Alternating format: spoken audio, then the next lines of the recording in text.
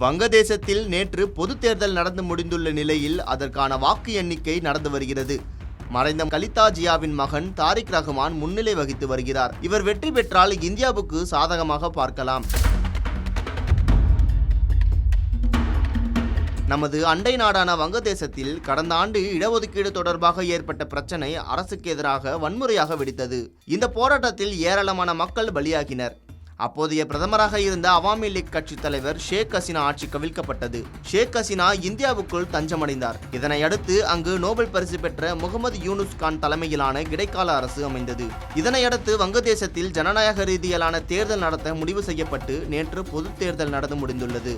பதற்றமான சூழலுக்கு மத்தியில் உச்சக்கட்ட பாதுகாப்புடன் தேர்தல் நடந்து முடிந்தது. முன்னாள் முதல்வர் கலிதா ஜியாவின் மகன் தாரிக் ரஹ்மான் தலைமையிலான வங்கதேச தேசியவாத கட்சி அடங்கிய 10 கட்சிகள் கூட்டணியில் போட்டியிட்டன.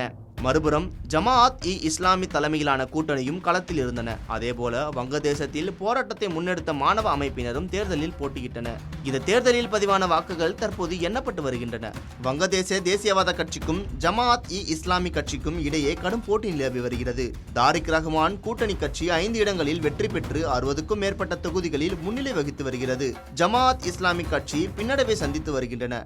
இதுவரை நிலவரப்படி வங்கதேசத்தின் ஆட்சி அதிகாரத்தை தாரிக் ரஹ்மான் கைப்பற்றுவது உறுதியாகியுள்ளது. 17 ஆண்டுகளுக்கு பிறகு வங்கதேசம் திரும்பிய அவர் இந்தியாவுக்கு ஆதரவாக பேசியிருந்தார். இவர் வெற்றி பெற்றால் இந்திய ஆதரவு நிலைப்பாட்டில் இருப்பார் என கூறப்பட்டுள்ளது. சமீபத்தில் தாரிக் ரஹ்மான் பேசியிருந்த வார்த்தைகள் அவ்வாறாகவே இருந்தன. அனைத்து சமூகங்கள் மற்றும் இனக்குழுக்களின் பங்கேற்புடன் அனைவரும் உள்ளடக்கிய வங்கதேசத்தை உருவாக்க வேண்டும் என்றும், இந்துக்கள், கிறிஸ்தவர்கள், பௌத்தர்கள், இஸ்லாமியர்கள் என அனைவருக்கும் வங்கதேசம் சொந்தமானது என பேசியிருந்தார். இதற்கு முன் இருந்த இடைக்கால அரசு பாகிஸ்தான் ஆதரவு நிலைப்பாட்டில் இருந்து வந்ததால் வங்கதேசம் பாகிஸ்தானை போல இந்தியாவுக்கு தலைவலியாக இருந்து வந்தது.